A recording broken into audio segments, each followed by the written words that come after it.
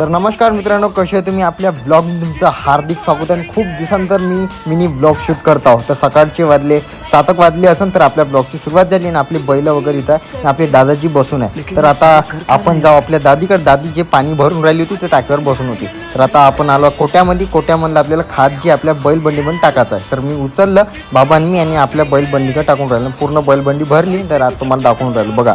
तर आता बाबांना बैल सोडले आणि ते आता आपल्या शेतामध्ये निघत आहे. तर आपल्याला मोवाण्यामध्ये जायचं आहे.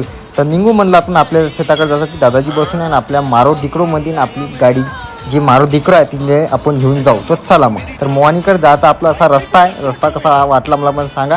गाडी इथं ठेवली कारण की नाला आहे. तर नाला असा भरून आहे तर तिकडे आपण जाऊ शकणार. आता मी बंडीपाशी आलो आणि आपले बैल वगैरे आणि आपला किटी आहे. तर आता वावरामध्ये फिरून राहिलो. तर वावर म्हणली आपली पराठी आणि आपली तन्नूबाईची आहे खाद घेऊन राहील. तर बघा अशा प्रकारे खाद दिल्या जात आहे. आणि आपली पराठी सांगा कशी आहे तर कमेंटमध्ये मला.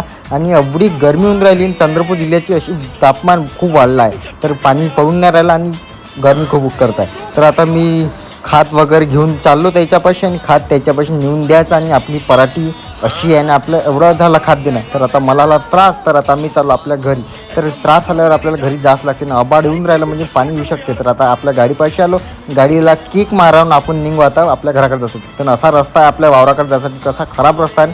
तर आता मी आलो 15-20 मिनिट झाले तर आपला ट्रॅक्टर फसून दिसला म्हणून गाडी थांबवावी लागली. तर आता मी घरी आलो आणि घरी आल्यावर सगळं सुनसान होतं घर. आणि ब्लॉग कसा वाटला मला कमेंटमध्ये सांगा. आणि ब्लॉग आवडला असेल तर नक्की लाईक करा, सबस्क्राईब करा, शेअर करा, फॉलो